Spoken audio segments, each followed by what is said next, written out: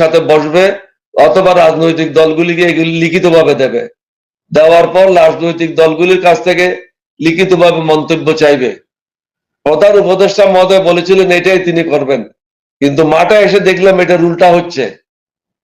যে সমস্ত কমিটিগুলি গঠন করা হয়েছে তারা কিন্তু আমাদের কাছে চিঠি লিখছে আপনারা কি কি সংস্কার চান।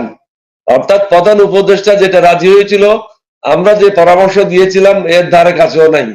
সময় ক্ষেপণ করছে, সবাই মনে করছে অনির্দিষ্টকালের জন্য তারা কমিটির সভাপতি থেকে যাবেন, মেম্বার থেকে যাবেন, আর আমরা এখানে বসে বসে ডোল বাজাবো। এটা তো হয় না। দেশে স্থিতিশীল করার জন্য নির্বাচন অবশ্যই প্রয়োজন। বর্তমান সরকার একে তো দুর্বল, সরকার পরিচালনা তাদের কোনো অভিজ্ঞতা নাই। চুপ্পুকে সরাই অভিজ্ঞ লোকদেরকে বসায় এটা যদি সমন্বয় করতো তাহলে ইউনূস সাহেবের হাত শক্তিশালী হতো, সেটাও তিনি করছেন না। যে সমস্ত ব্যক্তিরা অভিজ্ঞ, মন্ত্রণালয় চালানোর মতো ক্ষমতা রাখে, এই ধরনের ব্যক্তিকেও তারা সম্পৃক্ত করে নাই। দুর্বল কিছু বৃদ্ধ লোকদেরকে তারা সম্পৃক্ত করেছে, যাদের না অভিজ্ঞতা আছে, যাদের না কর্ম পরিচালনা করার ক্ষমতা আছে, তাদেরকে অফিসাররা মানতেছে না। কারণ হাসিনার অফিসাররা এখনো প্রথম, দ্বিতীয়, তৃতীয় সারিতে ওরাই বসে আছে। সচিবালয়ে যান, আপনি স্থবিরতা বিরাজ করছে, দুর্নীতি এখনো কমে নাই। আমি গতকাল বা পরশু একটা প্রেস কনফারেন্স করেছি, আপনাকেও পাঠিয়েছিলাম। পুলিশের ওসি যখন পোস্টিং এর জন্য যায় এসপির কাছে, তারা টাকা দাবি করছে। আগের সমান টাকা দাবি করছে না, হয়তো 1/3 টাকা দাবি করছে বা 1/4 টাকা দাবি করছে, কিন্তু টাকা ছাড়া কোনো কাজ হচ্ছে না। বিভিন্ন বড় ব্যবসায়ীদেরকে যারা নিরপরাধ, তাদেরকে বিভিন্ন মামলায় আসামি করে তাদের কাছ থেকে টাকা কিভাবে নেবে সেই ফন্দি আটকাচ্ছে, এবং নিরপরাধ লোকেরা অনেক জায়গায় ক্ষতিগ্রস্ত হচ্ছে। আপনারা যারা ইউটিউবার আছেন, আপনাদের কাছে আমরা অনুরোধ করব, আপনারা বাস্তবসম্মত যে জিনিসগুলি আছে সেগুলি তুলে ধরেন, দেশকে উপকৃত করেন, জনগণকে উপকৃত করেন, সরকারকে সাহায্য করেন। আমরা বলেছি আমরা সরকারকে সাহায্য করার জন্য প্রস্তুত। এলডিপি সবসময় সরকারকে সাহায্য করতে চায়। আমরা চাই এই সরকার সফল হোক, কারণ এই সরকার যদি সফল না হয় দেশ ক্ষতিগ্রস্ত হবে। আর তারা যদি মনে করে অনির্দিষ্টকালের জন্য তারা ক্ষমতায় বসে থাকবে আর আমরা বসে বসে বাইরে ঢোল বাজাবো, এটা তো হবে না। আমরা তো এখানে ঢোল বাজানোর জন্য আসি নাই। আমরা 15 বছর হাসিনার বিরুদ্ধে সংগ্রাম করেছি। তারা কয়দিন সংগ্রাম করেছে, কি সংগ্রাম করেছে, কোন উপদেষ্টা কোন সংগ্রামে ছিল? আমরা তো আমাদের রক্ত দিয়েছি। আমার দলেরও 4 জন শহীদ হয়েছে, 15 জন আহত হয়েছে, অঙ্গহানি হয়েছে। এরকম ভাবে প্রত্যেকটা রাজনৈতিক দল বিভিন্ন ভাবে ক্ষতিগ্রস্ত হয়েছে। সুতরাং বর্তমান সরকারকে বুঝতে হবে তারা কতদিন সময় নেবেন। তাদেরকে একটা ফোরকাস্ট দিতে হবে যে আমাদের আরো 6 মাস লাগবে বা 9 মাস লাগবে। এই ফোরকাস্টটা যদি তারা দিয়ে দেয়, তাহলে রাজনৈতিক দলগুলি তাদের রাজনৈতিক কর্মকাণ্ড নিয়ে নির্বাচন গুছানোর জন্য কাজে লেগে যাবে। এখন তো কখন নির্বাচন হবে আমরা জানি না। সুতরাং আমরা ঢাকাতে সবাই। স্যার, আমি যদি একটু যোগ করি, যে ধরেন সেনাপ্রধান বলেছেন 18 মাসের মধ্যে নির্বাচন, ধর্ম উপদেষ্টা বলেছেন যে হাসিনা যতটুকু সময় বাকি ছিল তার টেনিয়রের, মানে হাসিনা তো কয়েক মাস মাত্র চালালো, জানুয়ারি থেকে অগাস্ট, বাকি সময়টাই আমরা থাকবো, অবশিষ্ট সময়টাই সরকারের। আবার ডক্টর ইউনূস আবার একটা ইন্টারভিউতে বলেছেন সরকারের মেয়াদ 4 বছর, বা যত কমের মধ্যে তারা যেতে শেষ করতে পারেন ততই ভালো। তো আপনি কি মনে করেন যুক্তিসঙ্গত সময় আপনারা কতদিন পর্যন্ত দিতে চান? তারা যে বক্তব্যগুলি রেখেছে, আমি মনে করি সেনাপ্রধান যে বক্তব্যটা রেখেছে এটা মোটামুটি একটা যুক্তিসঙ্গত টাইম। বাকিরা যে টাইমটা রেখেছে তারা তো ক্ষমতা উপভোগ করতে চায়, তারা তো সংস্কার চাচ্ছে না। তারা তো নির্বাচিত রাজনৈতিক দলকে ক্ষমতা হস্তান্তর করতে চাচ্ছে না।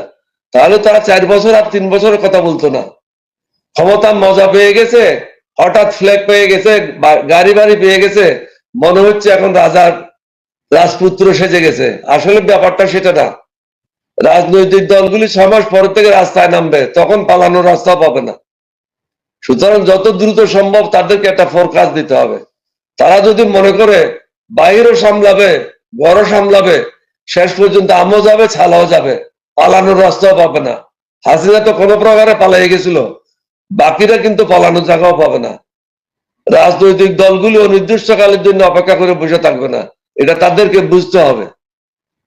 তো এই বর্তমান পরিস্থিতিতে প্রধান দল বিএনপি এবং জামাত এই বা অন্যান্য যে দলগুলো আছে তাদের ভূমিকাকে আপনি কিভাবে মূল্যায়ন করেন? বিএনপির পদক্ষেপগুলো বা জামাতের পদক্ষেপগুলো আপনারা কিভাবে দেখেন? আপনাদের সঙ্গে কোনো সমন্বয় হচ্ছে কিনা, নাকি সবাই একলা চলরে, বা রাজনৈতিকভাবে তারা যে সিদ্ধান্তগুলো নিচ্ছেন বা যে বক্তব্যগুলো সামনে আসছে, আপনি এটাকে কিভাবে দেখেন? সত্য কথা হলো সবাই নিজ নিজ উদ্যোগে বক্তব্যগুলো রাখছে, রাজনৈতিক দলগুলির মধ্যে কোনো সমন্বয় নাই। আমি এই প্রস্তাবটা কিন্তু প্রেস কনফারেন্সের মাধ্যমে বলেছিলাম যে সব রাজনৈতিক দলগুলি একসাথে বসে আমরা কি চাই, দেশের জন্য কোনটা মঙ্গল, এই জিনিসটা আমাদেরকে ঠিক করতে হবে। তাহলে সবাই সম্মিলিতভাবে আমাদের দাবি দাওয়াগুলি অন্তর্বর্তীকালীন সরকারের কাছে আমরা তুলে ধরবো, তাহলে আমাদের দাবির মধ্যে একটা যুক্তিকতা থাকবে। এখন কিন্তু একলা চলরে, যার যার পথে সেই চলছে, আমাদের মধ্যে কোনো সমন্বয় নাই। শুধু ভারতের ব্যাপারটা নিয়ে সবাই একসাথে বসেছিল, আর আমরা বসতে পারি নাই যে কোনো কারণে হোক, সরকারের ভুলের জন্য। জি, এলডিপি হলো বাংলাদেশের 1 নম্বর নিবন্ধিত রাজনৈতিক দল, সুতরাং আমাদের নামটা 1 নম্বরে থাকা উচিত ছিল। তালিকায় কিন্তু আমাদের নাম ছিল না, যার জন্য আমরা ফিরে আসছিলাম। এটাই ছিল আসল বিষয়। আমাদের জন্য চেয়ার ছিল না, আমরা ভিতরে গিয়েছি, এটা মোদস ঠিক না। এটা কেউ কেউ অতি উৎসাহী লোকেরা মিথ্যা কথা বলে। স্যার আমরা বিল্ডিং এর ভিতরে যাই নাই, আমরা বাইরে যখন আমাদেরকে বলা হলো তালিকাতে আপনাদের নাম নাই, তখন আমরা ওখানে আর সময় ক্ষেপণ না করে চলে আসছি, কোনো সিন ক্রিয়েট করতে চাই নাই। এলডিপি হলো বাংলাদেশের 1 নম্বর নিবন্ধিত রাজনৈতিক দল, সুতরাং আমাদের নাম দেওয়ার পরেই তো বাকি লোকদের নাম দেবে। যদি এক উপদেষ্টারা এই নামগুলি রেডি করতে না পারে, তাহলে সে তার মন্ত্রণালয় চালাবে কি করে? 20টা বা 30টা রাজনৈতিক দল যদি না চিনে, তারা বাংলাদেশের 18 কোটি লোককে কিভাবে চিনবে? না, আমি জানি যে আপনাকে একজন উপদেষ্টা আপনাদেরকে টেলিফোন করে দাওয়াত দিয়েছিলেন, কিন্তু ওই যে সমন্বয়হীনতা, এই যে অনভিজ্ঞতা বা এই সবকিছু মিলিয়ে একটা একটা বিব্রতকর একটা পরিস্থিতি তৈরি মিসম্যানেজমেন্ট। মিসম্যানেজমেন্ট, এটা আপনাদের জন্য না, এটা সরকারের জন্যই বিব্রতকর হওয়ার কথা। কারণ আপনার মতো একজন মানুষকে সেখানে উপস্থিত করতে না পারাটা এদের ব্যর্থতা বলে আমি মনে করি। তো আমরা আমাদেরকে তো বলতে পারতো, আমাদেরকে বলতে পারতো স্যার আপনারা আসেন, ভিতরে বসেন, আমরা একটু চেক করে দেখি। কিন্তু সেই সৌজন্যতা যারা দায়িত্বে ছিল তারা দেখায় নাই। ডক্টর ইউনূসের উচিত ছিল যারা আমাদেরকে ফিরিয়ে দিয়েছে তাদেরকে বরখাস্ত করা, তিনি তো সেটা করেনি। এই সমস্ত লোকদেরকে মাথায় উঠে রাখছে, যার কারণে তার সরকার ফেল করছে। না, আর বিষয়টা তাকে দৃঢ়ভাবে পদক্ষেপ নিতে হবে। ধরেন এইটার জন্য তো আর মহাভারত সংঘঘন্টা কিছু নাই, এটা ইনস্ট্যান্ট ডিসিশন নিয়ে ভুলটা কারেকশন করতেই পারতো। তো ওই যে আমলাতান্ত্রিক জটিলতা, ওই যে একটা আছে না আমাদের সিকিউরিটি, কথিত সিকিউরিটি ক্লিয়ারেন্স, ঘুম ভাম এসব করে একটা মানে বোঝাই যাচ্ছে যে আগের ভূত এখনো যায় না, এগুলো বোঝা যাচ্ছে গেটের থেকে। ভূতগুলি সব বসে আছে, ভূতগুলি সব জায়গায় বসে আছে, প্রত্যেকটা প্রতিষ্ঠানে হাসিনার প্রেতাত্মা বসে আছে, যার কারণে সরকার সফল হচ্ছে না। মানে এই সরকারের উচিত ছিল হাসিনার প্রেতাত্মাগুলিকে সরাই ফেলা, তাদেরকে অ্যারেস্ট করা, তাদের কাছ থেকে টাকাগুলি উদ্ধার করা। এর কোনোটাই হচ্ছে না। আর এই ডক্টর অলি আহমেদ কোথাও যাওয়ার জন্য তার তালিকায় নাম থাকতে হবে, এটা আমি অন্তত সমর্থন মানি না আর কি। যে আপনি নিজেই একটা একটা প্রতিষ্ঠান, আপনার সেখানে উপস্থিতির জন্য সর্বপ্রথম বিদ্রোহ করেছে সরোয়ার, জি, বাংলাদেশের one of the founder, Bangladesh সামরিক বাহিনীর ওয়ান অফ দ্য ফাউন্ডার। আমাকে যদি ঢুকতে না দেয়, তাহলে আর কারো ঢুকার অধিকার কি আছে ওখানে? আচ্ছা, আমাদের উপদেষ্টাদের কিনা অনেক কথা বললাম, উপদেষ্টাদের মধ্যে তো সবই আপনার জেলার কৃতি সন্তান। মানে চট্টগ্রামে যে এত কৃতি সন্তান আছে, মানে উপদেষ্টা বা উপদেষ্টার বাইরে বিভিন্ন পর্যায়ে যারা নিয়োগ হয়েছে সবই তো চট্টগ্রামের মানুষ। কাহিনী it is heart of Bangladesh, don't forget. Chittagong is the heart of Bangladesh. কিন্তু তাই বলে আপনার জেলার লোকজন 80 দফা, তারপরে দিয়েছি 26 কি 27 দফা, সর্বমোট 127 কি 125টা দফা দিয়েছি। এটা কোনো দফাতেই আমাদের কাকেও চাকরি দেওয়ার কথা নেই, আমাদের কাকেও কোনোখানে পদে বসানোর কথা নেই, আমাদের কাকেও কোনো মামলা থেকে মুক্ত করার বিষয় না, আমাদের কাকেও অর্থনৈতিকভাবে সাহায্য করার বিষয় নাই, লোন দেওয়ার বিষয় নাই, বা আমাদের কর্মীদেরকে সাহায্য করার বিষয় নাই, বা আমাদের বিরুদ্ধে যে মামলা আছে মামলা উড্রল করার বিষয়টা নেই। আমরা যেটা বলেছি, বিভিন্ন মন্ত্রণালয়ে কি কি দায়িত্ব পালন করলে দেশ উপকৃত হবে। আমি মনে করি না ডক্টর ইউনূস সাহেবের অফিস এই পয়েন্টগুলি আলাদা আলাদা করে মন্ত্রণালয়ে পাঠাইছে বলে আমার ধারণা নেই। যদি পাঠিয়ে থাকে, মন্ত্রণালয়গুলি এই কাজগুলি সঠিকভাবে করছে না। এটা ডক্টর ইউনূস সাহেবের উচিত ছিল তার স্টাফদেরকে বলা যে পয়েন্টগুলি পৃথক পৃথক করে নির্দিষ্ট মন্ত্রণালয়ে পাঠানো এবং মন্ত্রণালয়গুলি কি পদক্ষেপ নিয়েছে তাদেরকে জবাবদিহিতার আওতায় আনা। তিনি যদি মনে করেন আমাদের কোনো পয়েন্টগুলি রেলিভেন্স নাই, তাহলে এটা গ্রহণ করেন না। যেটা গ্রহণ করেছেন সেটা কি পদক্ষেপ নেওয়া হয়েছে, কি বাস্তবায়িত, কতদূর বাস্তবায়িত হয়েছে, এটা তার হিসাব নিকাশ করার প্রয়োজনীয়তা রয়েছে। এখানে আমি মনে করি সর্বক্ষেত্রে অভিজ্ঞতার বিরাট অভাব রয়েছে। আপনি উপদেষ্টা বলেন বা অন্যান্যরা বলেন, যে যেখানে দায়িত্ব পেয়েছে তাদের কোনো অভিজ্ঞতা নাই, তাদের শিখতে শিখতে 6 মাস চলে যাবে, ততদিন কম বলে কোনো ক্যাশ থাকবে না।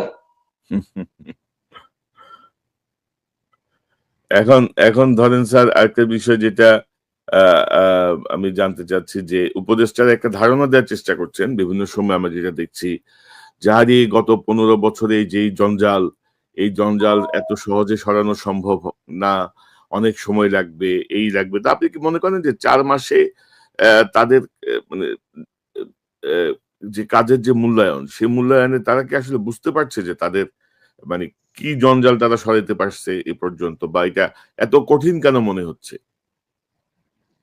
আমার এখানে বক্তব্যটা খুবই স্পষ্ট।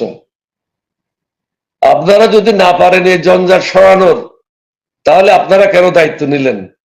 দায়িত্ব থেকে সরে দাঁড়ান, যারা পারবে তাদেরকে সুযোগ দেন। বাংলাদেশে অনেক দক্ষ লোক আছে, অনেক অভিজ্ঞ লোক আছে, যারা দিনরাত পরিশ্রম করে আমূল পরিবর্তন আনতে পারবে। আমরা তাদের কাছ থেকে এটা আশা করি না যে তারা আমাদেরকে আকাশে নিয়ে যাবে। অন্তত 50% ইমপ্রুভমেন্ট তো হওয়ার কথা। অর্থনৈতিক ক্ষেত্রে বলেন, শ্রীলঙ্কা তো 2 মাসের মধ্যে ইমপ্রুভমেন্ট করেছিল, উন্নয়ন করেছিল অর্থনীতির অবস্থা। তো বাংলাদেশে পারছে না কেন? আমাদের প্রধান উপদেষ্টা একজন বিশ্ববিখ্যাত নোবেল লরিয়েট, যিনি অর্থনীতিতে একজন এক্সপার্ট, তার অধীনে অনেকগুলি অর্থনীতি করছে। তাহলে অর্থনৈতিক ক্ষেত্রে আমাদের উন্নয়ন হচ্ছে না কেন? বৈদেশিক সম্পর্কের ক্ষেত্রে আমরা কেন দৃঢ় মনোবল দেখাচ্ছি না? ভারতের সাথে কেন আমরা এত হাঁচুমাচু করছি? আমাদেরকে বলতে হবে এটা একটা স্বাধীন রাষ্ট্র, আমরা কারো তাবেদার হিসেবে কাজ করব না, ভালো বন্ধু হিসেবে কাজ করব। ভারতের উচিত হবে তাদেরকেও বন্ধু সুলভ ব্যবহার করা। আমাদের যা প্রয়োজন, তাদের কাছে যদি স্পেয়ার থাকে তারা আমাদেরকে দেবে। আমাদের কাছ থেকে যেটা প্রয়োজন, আমাদের প্রয়োজন নেই, সেটা আমরা তাদেরকে দেব। কিন্তু আমাদের প্রয়োজন আছে, তারা আমাদের থেকে সেটা নিয়ে যেতে চায়, এটা তো হবে না। বাংলাদেশের বুকের উপর দিয়ে হিন্দুস্তানের মিলিটারি 7 স্টেটে যাবে, এটা তো আমাদের স্বাধীনতা সার্বভৌমত্বের বিপরীতে কাজ হবে। এটা তো আমরা অ্যালাউ করতে পারি না। ব্যবসা বাণিজ্য এই না আমি নিজকে বিক্রি করে দেব, নিজের দেশকে বিক্রি করে দেব। এই সরকারকে আরো দৃঢ়ভাবে এগিয়ে যেতে হবে, তাহলে বিপদ আসন্ন। স্যার, আমি একটু আপনাকে যদি দেখাই যে আপনি এটা আমাদের সময়ের একটা রিপোর্ট, 19 অক্টোবর 2024 প্রধান উপদেষ্টাকে যে 23 প্রস্তাব দিলেন অলি আহমেদ, এখানে আপনারা প্রধান উপদেষ্টার ছবি এবং আপনাদের এই যে 23টি প্রস্তাবের তারা কাগজটা পুরো তুলে দিয়েছে। তো এখানে একটা গুরুত্বপূর্ণ পয়েন্ট, আপনি 1 নাম্বার পয়েন্টে একটা গুরুত্বপূর্ণ কথা আপনারা লিখেছেন, সেটি হচ্ছে আবেগের পরিবর্তে বাস্তবতার আলোকে সিদ্ধান্ত নিন। তো আপনার কাছে আবেগের পরিবর্তে বাস্তবতা, আপনাকে কেন মনে হচ্ছিল যে আপনাদের দলের কেন মনে হচ্ছে যে এই সরকার আবেগের মধ্যে কাজ করতেছে, বা বাস্তবতার আলোকে সিদ্ধান্ত নিচ্ছে না? আমি এখনো মনে করি তারা আমাদের ছেলে মেয়েদের আবেগকে কাজে লাগাচ্ছে, তাদের নিজের বিবেককে কাজে লাগাচ্ছে না। দৃশ্যত কোনো পদক্ষেপ নেয় নাই যেটাতে আওয়ামী লীগ ভয় পায় বা আওয়ামী লীগের নেতা কর্মীরা ভয় পায়। এখন আমার কথা হলো, পাসপোর্টটা বন্ধ করতে 15 দিন সময় লাগলো কেন? মন্ত্রী শপথ নেওয়ার পরেই তো অফিসে গিয়ে বলা উচিত ছিল এখন থেকে যাদের কাছে রেড পাসপোর্ট আছে বা যে সমস্ত রেড পাসপোর্টধারী গ্রিন পাসপোর্ট আছে এগুলি বাতিল বলে গণ্য করা হোক এবং সমস্ত এয়ারপোর্ট, রেলওয়ে স্টেশন, স্থলবন্দরগুলি বন্ধ করে দেওয়া হোক। বিনা অনুমতিতে আওয়ামী লীগের কোন সদস্যদেরকে বাংলাদেশ ত্যাগ করতে দেওয়া হবে না। আজকে আওয়ামী লীগের প্রায় 80% সদস্য ভারতে আশ্রয় নিয়েছে। তাহলে ভারত আমাদের কিভাবে বন্ধু হলো? ভারত যদি আমাদের বন্ধু হয়, দেশদ্রোহীদের কিভাবে আশ্রয় দিল? ভারতকে তো বন্ধু সুলভ ব্যবহার করতে হবে। কথাবার্তায় সীমাবদ্ধ রেখে মিষ্টি মিষ্টি কথা বললে তো হবে না। তাদের আচার আচরণ, তাদের অ্যাকশন, এটা প্রমাণ করতে হবে তারা সত্যিকার অর্থে বাংলাদেশের জনগণের বন্ধু। তারা এতদিন 15 বছর পর্যন্ত হাসিনাকে পালছে, এর আগে শেখ মুজিবকে পালছে। এতে তো ভারতের কোনো উপকার হয় নাই। ভারত ক্ষতিগ্রস্ত হয়েছে। ভারত একে একে সব প্রতিবেশীকে হারিয়েছে এবং সর্বশেষ বাংলাদেশকে হারাচ্ছে। ভারতকে তাদের পথ সঠিক যেটা যেটা নির্ধারণ করতে হবে। আমাদের সাথে বৈরী মনোভাব নিয়ে কোনো তারা উপকৃত হবে না। তাদের পেঁয়াজ এবং চাউল ছাড়া বাংলাদেশ ভালোভাবেই চলবে। তাদের পেঁয়াজ এবং চাউলের উপর আমরা নির্ভরশীল না। ভারতে অনেক লম্বা লম্বা ইউটিউবাররা কথা বলছে এটা লাগবে, এটা লাগবে, ওটা লাগবে। আমরা আল্লাহর উপর নির্ভরশীল, আল্লাহ রসুলের উপর নির্ভরশীল। আল্লাহ আমাদেরকে ফার্টাইল ল্যান্ড দিয়েছে, আমরা আমাদের জনগণের জন্য যা লাগবে সেটা আমরা উৎপাদন করব। জাপান যদি আমাদের থেকে 5-6 গুণ বৃদ্ধি উৎপাদন করতে পারে, আমরা 2 গুণ বা 3 গুণ বেশি উৎপাদন কেন করতে পারবো না? এটা কোনো জটিল বিষয় না। স্যার, ইতিমধ্যে একটা দাবি উঠেছিল যে আওয়ামী লীগকে নিষিদ্ধ করার, ছাত্রলীগকে নিষিদ্ধ করা হয়েছে, আওয়ামী লীগকে নিষিদ্ধ করার দাবি উঠেছিল। বিভিন্ন রাজনৈতিক দল, শীর্ষ রাজনৈতিক দলগুলো তার সঙ্গে দ্বিমত পোষণ করেছে। আপনার দলের অবস্থান কি বা আপনার ব্যক্তি অবস্থান কি? আপনি নিশ্চয়ই জানেন, আমরা সর্বপ্রথম 8 তারিখে যেদিন নোবেল লরিয়েট ইউনূস সাহেব শপথ নেবেন সেদিন আমাদের অফিসে পূর্ব নির্ধারিত একটা প্রেস কনফারেন্স ছিল 11:30টার সময়। আমরা সর্বপ্রথম আওয়ামী লীগকে ব্যান করার জন্য প্রস্তাব উত্থাপন করেছিলাম।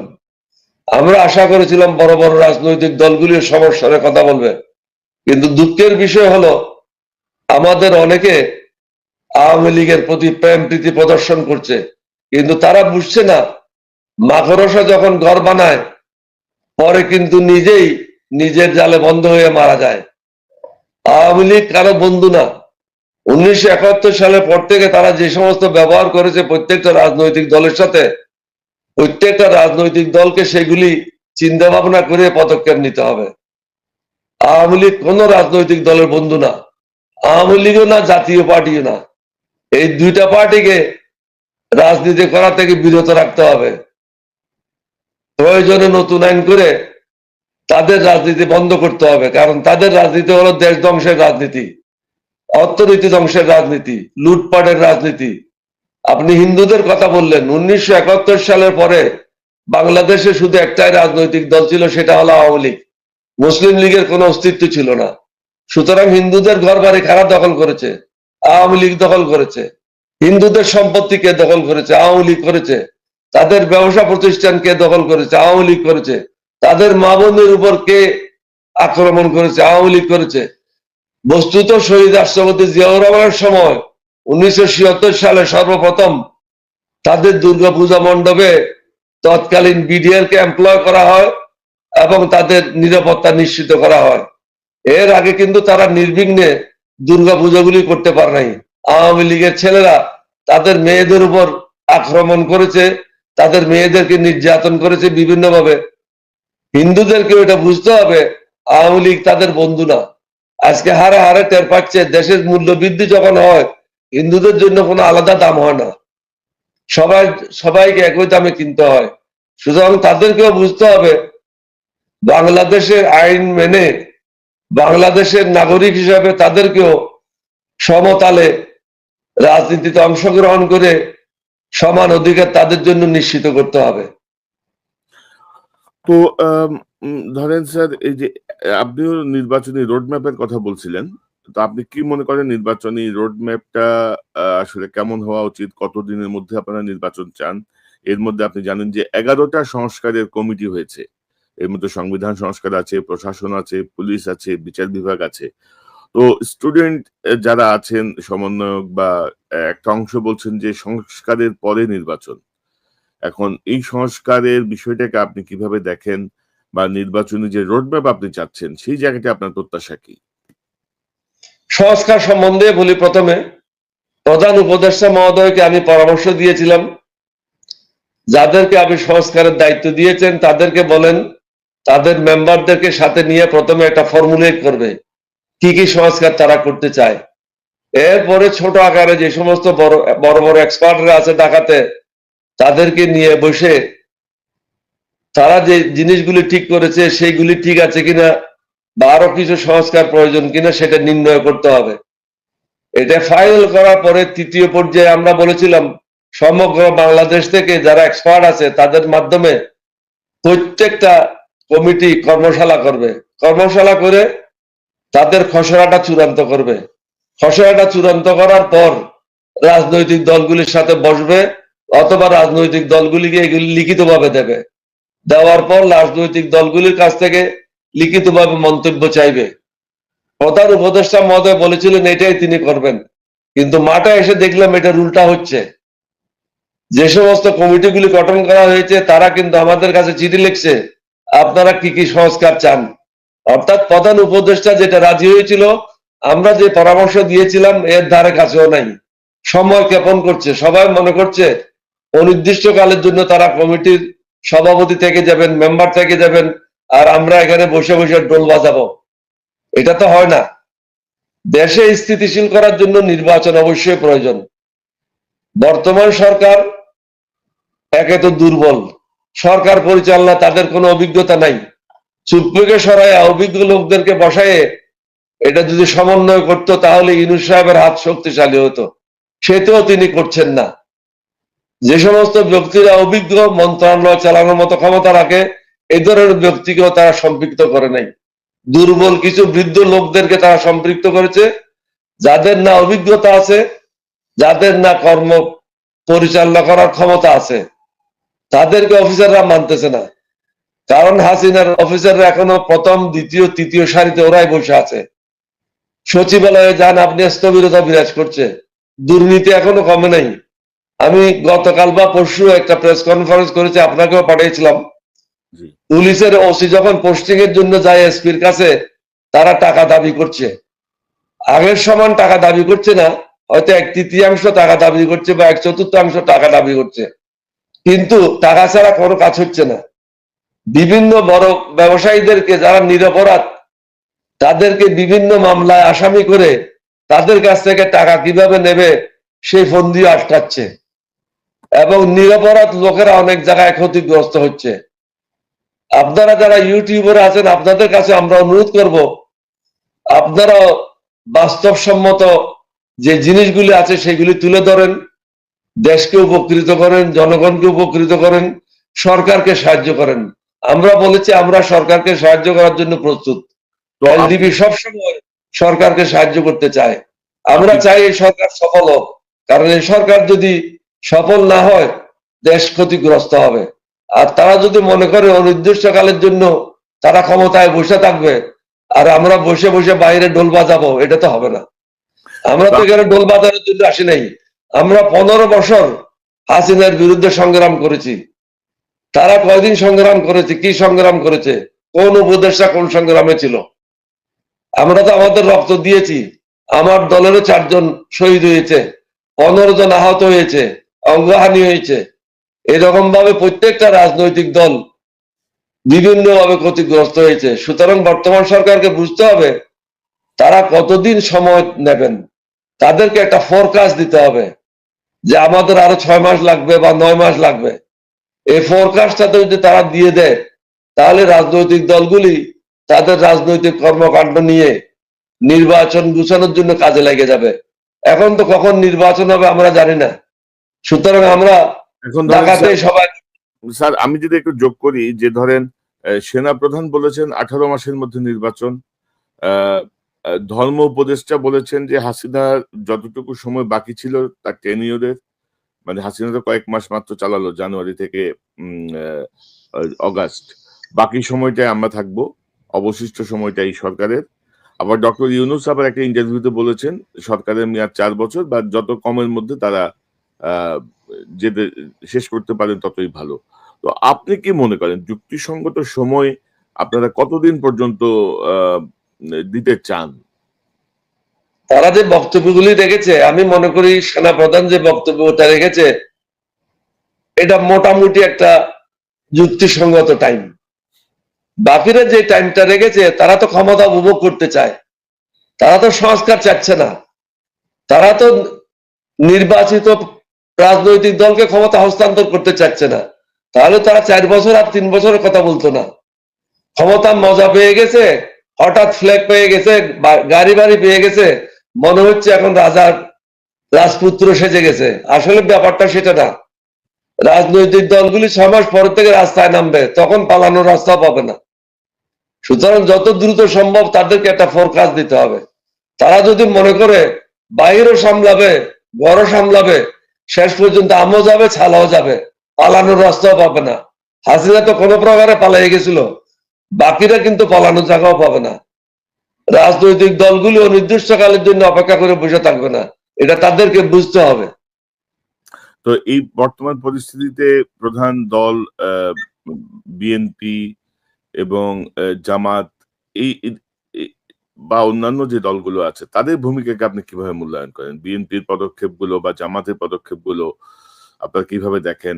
আপনাদের সঙ্গে কোনো সমন্বয় হচ্ছে কিনা, নাকি সবাই একলা চলরে, বা রাজনৈতিকভাবে তারা যে সিদ্ধান্তগুলো নিচ্ছেন বা যে বক্তব্যগুলো সামনে আসছে আপনি এটাকে কিভাবে দেখেন? সত্য কথা হলো সবাই নিজ নিজ উদ্যোগে বক্তব্যগুলো রাখছে, রাজনৈতিক দলগুলির মধ্যে কোনো সমন্বয় নাই। আমি এই প্রস্তাবটা কিন্তু প্রেস কনফারেন্সের মাধ্যমে বলেছিলাম যে সব রাজনৈতিক দলগুলি একসাথে বসে আমরা কি চাই, দেশের জন্য কোনটা মঙ্গল, এই জিনিসটা আমাদেরকে ঠিক করতে হবে। তাহলে সবাই সম্মিলিতভাবে আমাদের দাবি দাওয়াগুলি অন্তর্বর্তীকালীন সরকারের কাছে আমরা তুলে ধরবো। তাহলে আমাদের দাবির মধ্যে একটা যুক্তিকতা থাকবে। এখন কিন্তু একলা চলরে, যার যার পথে সেই চলছে, আমাদের মধ্যে কোনো সমন্বয় নাই। শুধু ভারতের ব্যাপারটা নিয়ে সবাই একসাথে বসেছিল, আর আমরা বসতে পারি নাই যে কোনো কারণে হোক সরকারের ভুলের জন্য। জি, এলডিপি হলো বাংলাদেশের 1 নম্বর নিবন্ধিত রাজনৈতিক দল। সুতরাং আমাদের নামটা 1 নম্বরে থাকা উচিত ছিল। তালিকায় কিন্তু আমাদের নাম ছিল না, যার জন্য আমরা ফিরে আসছিলাম। এটাই ছিল আসল বিষয়। আমাদের জন্য চেয়ার ছিল না, আমরা ভিতরে গিয়েছি, এটা মোদস ঠিক না। এটা কেউ কেউ অতি উৎসাহী লোকেরা মিথ্যা কথা বলে। স্যার আমরা বিল্ডিং এর ভিতরে যাই নাই, আমরা বাইরে যখন আমাদেরকে বলা হলো তালিকাতে আপনাদের নাম নাই, তখন আমরা ওখানে আর সময় ক্ষেপণ না করে চলে আসছি, কোনো সিন ক্রিয়েট করতে চাই নাই। এলডিপি হলো বাংলাদেশের 1 নম্বর নিবন্ধিত রাজনৈতিক দল। সুতরাং আমাদের নাম দেওয়ার পরেই তো বাকি লোকদের নাম দেবে। যদি এক উপদেষ্টারা এই নামগুলি রেডি করতে না পারে তাহলে সে তার মন্ত্রণালয় চালাবে কি করে? 20টা বা 30টা রাজনৈতিক দল যদি না চিনে, তারা বাংলাদেশের 18 কোটি লোককে কিভাবে চিনবে? না, আমি জানি যে আপনাকে একজন উপদেষ্টা আপনাদেরকে টেলিফোন করে দাওয়াত দিয়েছিলেন, কিন্তু ওই যে সমন্বয়হীনতা, এই যে অনভিজ্ঞতা বা এই সবকিছু মিলিয়ে একটা একটা বিব্রতকর একটা পরিস্থিতি তৈরি হচ্ছে। মিসম্যানেজমেন্ট। মিসম্যানেজমেন্ট, এটা আপনাদের জন্য না, এটা সরকারের জন্যই বিব্রতকর হওয়ার কথা। কারণ আপনার মতো একজন মানুষকে সেখানে উপস্থিত করতে না পারাটা এদের ব্যর্থতা বলে আমি মনে করি। তো আমরা আমাদেরকে তো বলতে পারতো, আমাদেরকে বলতে পারতো স্যার আপনারা আসেন ভিতরে বসেন, আমরা একটু চেক করে দেখি। কিন্তু সেই সৌজন্যতা যারা দায়িত্বে ছিল তারা দেখায় নাই। ডক্টর ইউনূসের উচিত ছিল যারা আমাদেরকে ফিরিয়ে দিয়েছে তাদেরকে বরখাস্ত করা, তিনি তো সেটা করেনি। এই সমস্ত লোকদেরকে মাথায় উঠে রাখছে, যার কারণে তার সরকার ফিল করছে। না, আর বিষয়টা কি তাকে স্যার, দৃঢ়ভাবে পদক্ষেপ নিতে হবে। ধরেন এটার জন্য তো আর মহাভারত সংগ্রহণটা কিছু নাই, এটা ইনস্ট্যান্ট ডিসিশন নিয়ে ভুলটা কারেকশন করতেই পারতো। তো ওই যে আমলাতান্ত্রিক জটিলতা, ওই যে একটা আছে না আমাদের সিকিউরিটি, কথিত সিকিউরিটি ক্লিয়ারেন্স, ঘুম ভাম এসব করে একটা মানে বোঝাই যাচ্ছে যে আগের ভূত এখনো যায় না, এগুলো বোঝা যাচ্ছে গেটের থেকে। না, বুথগুলি সব বসে আছে, বুথগুলি সব জায়গায় বসে আছে, প্রত্যেকটা প্রতিষ্ঠানে হাসিনার প্রেতাত্মা বসে আছে, যার কারণে সরকার সফল হচ্ছে না। মানে এই সরকারের উচিত ছিল হাসিনার প্রেতাত্মা গুলিকে সরাই ফেলা, তাদেরকে অ্যারেস্ট করা, তাদের কাছ থেকে টাকাগুলি উদ্ধার করা। এর কোনোটাই হচ্ছে না। আর এই ডক্টর অলি আহমেদ কোথাও যাওয়ার জন্য তার তালিকায় নাম থাকতে হবে, এটা আমি অন্তত সমর্থন মানি না আর কি। যে আপনি নিজেই একটা প্রতিষ্ঠান, আপনার সেখানে উপস্থিতির জন্য সর্বপ্রথম বিদ্রোহ করেছে সরোয়ার, জি বাংলাদেশের one of the founder, Bangladesh সামরিক বাহিনীর ওয়ান অফ দ্য ফাউন্ডার। আমাকে যদি ঢুকতে না দেয় তাহলে আর কারো ঢুকার অধিকার কি আছে ওখানে? আচ্ছা, আমাদের উপদেষ্টাদের কিনা অনেক কথা বললাম, উপদেষ্টাদের মধ্যে তো সবই আপনার জেলার কৃতি সন্তান। মানে চট্টগ্রামে যে এত কৃতি সন্তান আছে, মানে উপদেষ্টা বা উপদেষ্টার বাইরে বিভিন্ন পর্যায়ে যারা নিয়োগ হয়েছে সবই তো চট্টগ্রামের মানুষ। কাহিনী it is heart of Bangladesh, don't forget, Chittagong is heart of Bangladesh. কিন্তু তাই বলে আপনার জেলার লোকজন ব্যর্থতার দায়ে তো আপনার ঘাড়ে আসতেছে, তাই না? চট্টগ্রাম অবশ্যই, ওটা অস্বীকার করার কোনো উপায় নেই। এখন প্রয়োজন শাহাবুদ্দিন চুপ্পুকে অনতি বিলম্বে বাইর করা, জি 16 ডিসেম্বর আগে বাইর করা, না হলে 16 ডিসেম্বর আমাদের যে বিজয় দিবস সেটা ম্লান হয়ে যাবে। অন্তত শাহাবুদ্দিন চুপ্পুর আমন্ত্রণে আমি তো বঙ্গভবনে যাব না। রাইট, মুক্তিযুদ্ধকে অপমানিত করব না। এইরকম একটা দ্বৈত নাগরিকের লোক, দুর্নীতিবাজ লোকের কাছে গিয়ে আমি আমন্ত্রিত ভাবে যাব, তার সামনে উপস্থিত হয়ে তাকে কুর্নিশ করব, এই মনোভাব আমার নাই। আমি একজন মুক্তিযোদ্ধা, স্বাধীন চেতা লোক, দেশকে ভালোবাসি, দেশের মানুষকে ভালোবাসি, মানে আল্লাহর উপর। শাহাবুদ্দিন চুপ্পুর যে দুর্নীতির ইতিহাস বা তার পরিবারের যে দুর্নীতির ইতিহাস, তাতে তার বিচার হওয়া উচিত। সেটি না হয়ে তাকে এখনো হাসিনার প্রতি তার যা আনুগত্য, পা ছুঁয়ে সালাম করার যে বক্তব্য তিনি দিয়েছেন, এরপরে তাকে রেখে এটা নিরাপদও না। কিন্তু রাষ্ট্রপতির কিন্তু অনেক ক্ষমতা।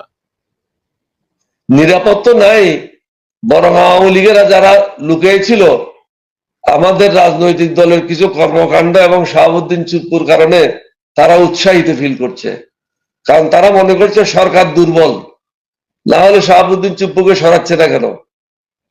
অর্থাৎ আওয়ামী লীগকে সিগন্যাল দিচ্ছে, তোমরা শাহাবুদ্দিন চুপ্পুকে রাখছি, তোমরাও ঘর থেকে বাইরে হও। ওইটাই এখন দেখা যাক স্যার, আমরা হোপ ফর দ্য বেস্ট, আমরা আশা করতে চাই যে ভালো কিছু ঘটবে। আপনাকে আজকে আলোচনায় অংশ নেওয়ার জন্য স্যার আপনাকে ধন্যবাদ। তবে বর্তমান যে একটি জটিল সময় আমরা অতিক্রম করছি, আপনি জানেন যে একদিন পরে ভারতে পররাষ্ট্র সচিব আসবেন। সে পররাষ্ট্র সচিবের সাথে আমাদের বক্তব্যটা বা আমাদের ভূমিকাটা কি হওয়া উচিত, আপনি এটা কি বলতে পারেন, একটা অ্যাডভাইস দিতে পারেন কোনো? আমি বলবো ভারতকে কঠিন ভাষায় বলতে হবে যে আমাদের আভ্যন্তরীণ ব্যাপারে কোনো হস্তক্ষেপ করবেন না, আমাদের নাগরিকের নিরাপত্তার দায়িত্ব আমাদের। তোমরা যদি মনে করো কোনো জায়গায় বিঘ্নিত হচ্ছে, ইউনাইটেড নেশনস আছে, ইউনাইটেড নেশনস আমাদের বিরুদ্ধে অভিযোগ করো। আমাদের যারা নাগরিক আছে তাদের দায়িত্ব আমরা সম্পূর্ণভাবে নিয়েছি, আগামীতেও ইনশাল্লাহ আমরা নেব। ভারতের উচিত এখানে নাক না গলানো, সমতার ভিত্তিতে সমস্যাগুলি সমাধান করা, বন্ধুসুলভ ব্যবহার করা। এখানে মাতবরি করা সাজবে না, মাতবরি করা সম্ভব না, কারণ তাদের যে তাবেদার ছিল, তাদের যে দালাল ছিল হাসিনা এবং আওয়ামী লীগ, তারা নিশ্চিহ্ন হয়ে গেছে। তাদের পক্ষে বাংলাদেশে অদূর ভবিষ্যতে সংগঠিত হওয়া সম্ভব না। এখানে রাজনৈতিক দলগুলির ভূমিকা খুবই গুরুত্বপূর্ণ। বিএনপিকে, জামাতকে এবং অন্যান্য ধর্মীয় রাজনৈতিক দলগুলিকে আওয়ামী লীগের ব্যাপারে কঠিন মনোভাব নিয়ে এগিয়ে যেতে হবে। কারণ আলটিমেটলি এলডিপি ক্ষতিগ্রস্ত হবে না, বিএনপি ক্ষতিগ্রস্ত হবে, জামাত ক্ষতিগ্রস্ত হবে আওয়ামী লীগের হাতে। সুতরাং তাদেরকেও বুঝতে হবে আওয়ামী লীগ তাদের বন্ধু না, তাদের শত্রু। আওয়ামী লীগের হাতে সবচেয়ে বেশি নির্যাতিত হয়েছে জামাত এবং বিএনপি। সুতরাং তাদের উচিত আমাদের সাথে স্বর মিলিয়ে বলা যে আওয়ামী লীগকে ব্যান করতে হবে এবং তাদের রাজনীতি করার অধিকার নাই। এরশাদও হিন্দুস্তানের দালালি করেছে, সুতরাং এরশাদের দলকেও ব্যান করতে হবে। এবং স্যার ওই যে খুব সম্ভবত আইয়ুব খানের পলিসি ছিল সকলের সঙ্গে বন্ধুত্ব, কারোর সঙ্গে শত্রুতা নয়, যেটা শেখ মুজিবের নামে তার মেয়ে চালাইছে এতদিন, যা তার আব্বা নাকি বলতো এই কথা। তো আমার মনে হয় যে এখন আমাদের পররাষ্ট্র নীতিতে একটা পরিবর্তন আসা দরকার, যে বন্ধুর সঙ্গে বন্ধুত্ব, শত্রুর সঙ্গে শত্রুতা। এটা আসলে আইয়ুব খানের না, এটা হলো নন অ্যালাইন কনফারেন্স যেটা হয়েছিল। জি নন অ্যালাইন কনফারেন্সে এটা প্রথম একটা থিওরি ছিল দ্যাট সকলের সাথে বন্ধুত্ব, কারোর সাথে বিরোধ নয়। হুম হুম হুম। কিন্তু কেউ আপনাকে লাথি দেবে আর আপনি তাকে সালাম করবেন, এটা তো হবে না। হবে না, রাইট। আমার মনে হয় টিট যে ফর ট্যাট হবে। আমার ত্যাগ কেউ যদি মনে করে আমরা দুর্বল, আমাদের কাছে নিউক্লিয়ার পাওয়ার নাই, এটা তাদের ভুল ধারণা। আমাদের কাছে নাই, আমাদের বন্ধুদের কাছে নিউক্লিয়ার পাওয়ার আছে, যারা আমাদের পাশে দাঁড়াবে। সুতরাং বাংলাদেশের সাথে পাঙ্গা নেওয়াটা ঠিক হবে না। জি, ডক্টর কর্নেল অলি আহমেদ বীর বিক্রম, আপনাকে অসংখ্য ধন্যবাদ আপনার মূল্যবান পরামর্শের জন্য, আলোচনার জন্য। নিশ্চয়ই আমরা নিকট ভবিষ্যতে আবার আপনাকে পাবো, দেশের বিভিন্ন বিষয় নিয়ে আমরা কথা বলবো, দর্শকদেরকে আমরা জানাবো। আপনাকে অসংখ্য ধন্যবাদ। জনক, আপনাকেও ধন্যবাদ। এতক্ষণ যারা আমাদের বক্তব্য শুনছেন তাদের সবাইকে আন্তরিক ধন্যবাদ জানাচ্ছি, সালাম জানাচ্ছি। আমি জানি অনেকে আমাকে গালি দেবে, এতে কোনো অসুবিধা নাই। প্রত্যেকের মতামত তারা দেবে, এটাই আমি আশা করি। তবে সকলে আবেগে না গিয়ে তাদের বিবেক ব্যবহার করে আমাদের সমালোচনা করলে আমরাও উপকৃত হব। আমরা আমাদের ভুল কোথায় সেটা জানবো এবং ভবিষ্যতে সেটা শোধরানোর চেষ্টা করব। ধন্যবাদ। জি, ধন্যবাদ। দর্শক, এতক্ষণ আপনারা শুনছিলেন ডক্টর কর্নেল অলি আহমেদ বীর বিক্রম এর বক্তব্য, যিনি বাংলাদেশের যে অভ্যুদয়, সেই অভ্যুদয়ের সূচনা থেকেই যিনি অত্যন্ত গুরুত্বপূর্ণ ভূমিকা রেখেছেন, জীবন বাজি রেখে আজকে 53 বছর পরে এসে প্রধান উপদেষ্টার কার্যালয়ের তালিকায় নাম না থাকায় তাকে ফিরে যেতে হয় বৈঠকের গেট থেকে। এটি আমাদের জন্য লজ্জাজনক একটি বিষয়। অলি আহমেদের মতো বীর সৈনিক যারা এই দেশের জন্য জীবন বাজি রেখে সর্বোচ্চ ঝুঁকি নিয়ে 1971 সালের 25শে মার্চ থেকেই যারা ভূমিকা রেখেছিলেন, তাদের প্রতি এক ধরনের অবমাননা। এবং ডক্টর অলি আহমেদ কিছু গুরুত্বপূর্ণ কথা বলেছেন। আবেগ থেকে বের হয়ে এসে বাস্তবতার আলোকে সিদ্ধান্ত নিতে হবে। উপদেষ্টা পরিষদের যে কার্যক্রম, তাতে তিনি সন্তুষ্ট নন এবং নির্বাচনের ব্যাপারে একটি রোডম্যাপ, একটি সুনির্দিষ্ট ঘোষণা তিনি প্রত্যাশা করেন এবং তিনি মনে করছেন যে সংস্কার এবং নানাভাবে সরকার হয়তো সময় ক্ষেপণ করার একটি চেষ্টা করছে। আর সর্বশেষ, আগামী 9 তারিখে ভারতে পররাষ্ট্র সচিব আসছেন। আমার মনে